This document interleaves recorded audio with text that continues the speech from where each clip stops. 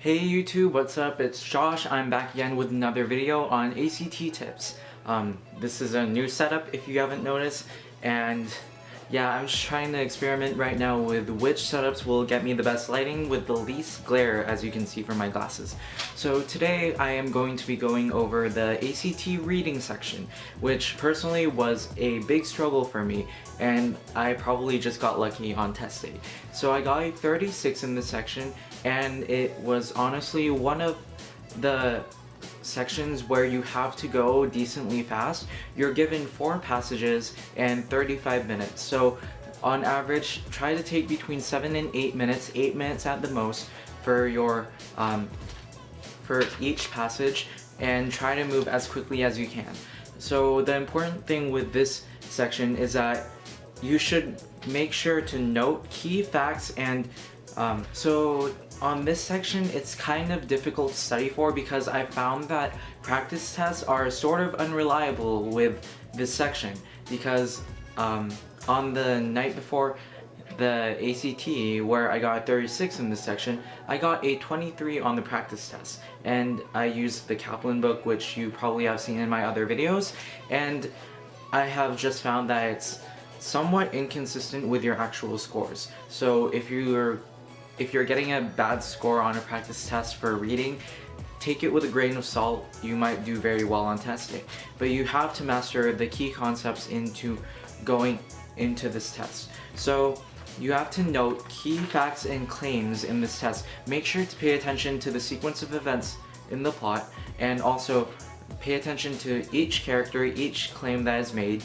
and how each character believes one thing or another in the passage. So you just have to stay interested, keep tabs on everyone, and read quickly. When you get to the questions, the most important part here is to make sure that every answer that you put down has to be supported by something in the passage. So in this section, there isn't that much left to the imagination. If you imagine something, or you, as my SAT prep tutor would say, bridge the gap, then you're probably doing it wrong. So the important thing here is to match every answer that you have to a specific detail in the story or in the passage.